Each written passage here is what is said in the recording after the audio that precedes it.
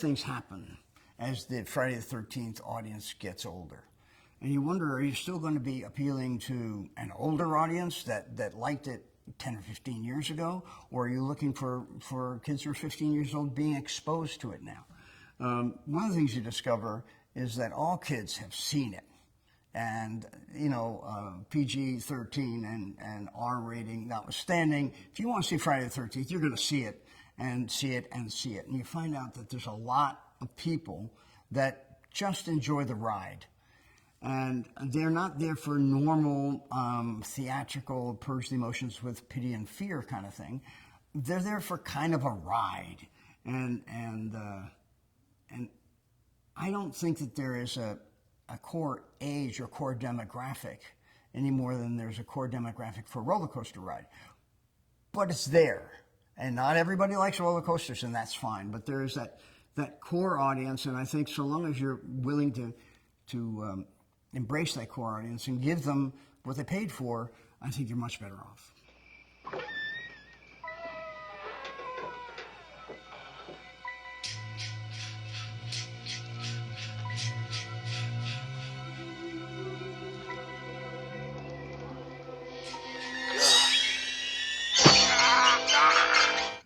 Wes Craven and I started in the film business together, working at 56 West 45th Street. We locked ourselves in the building for 48, 72 hours at a time sometime, trying to figure out how to do this thing called making movies.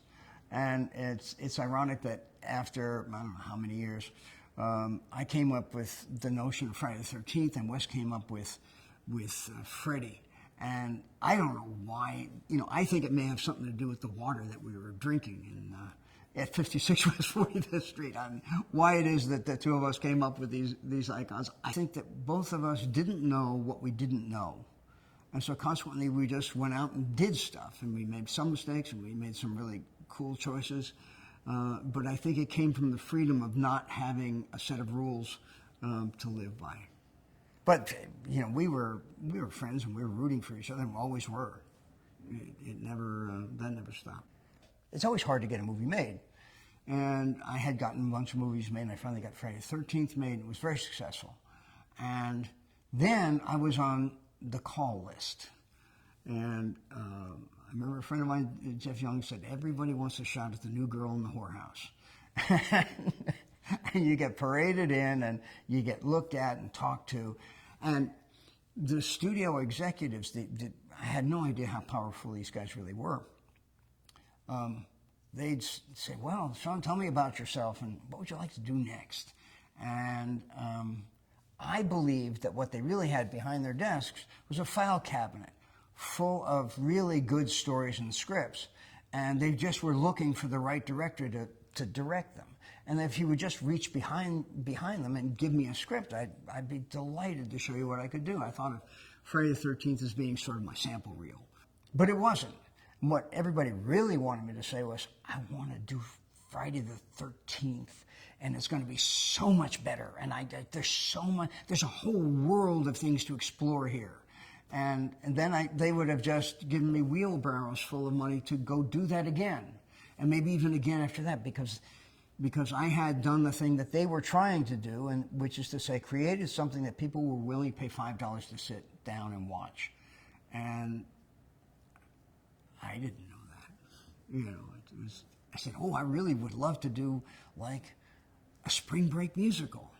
They're saying, I'd love to do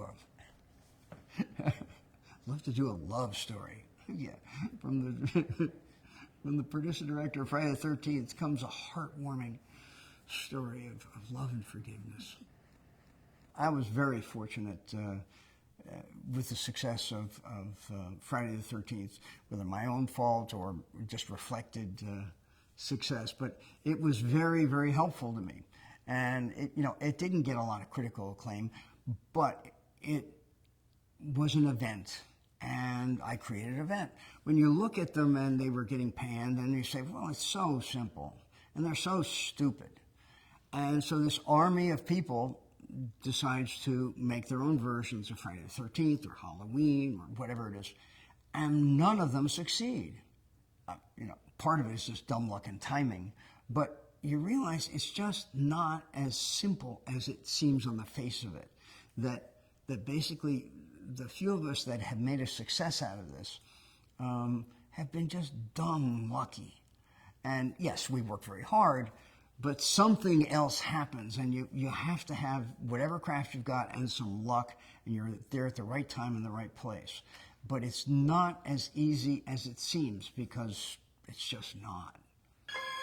Friday the 13th, to the fans who have supported it for all these, God, almost 40 years, really, I say thank you. And it's been a terrific ride.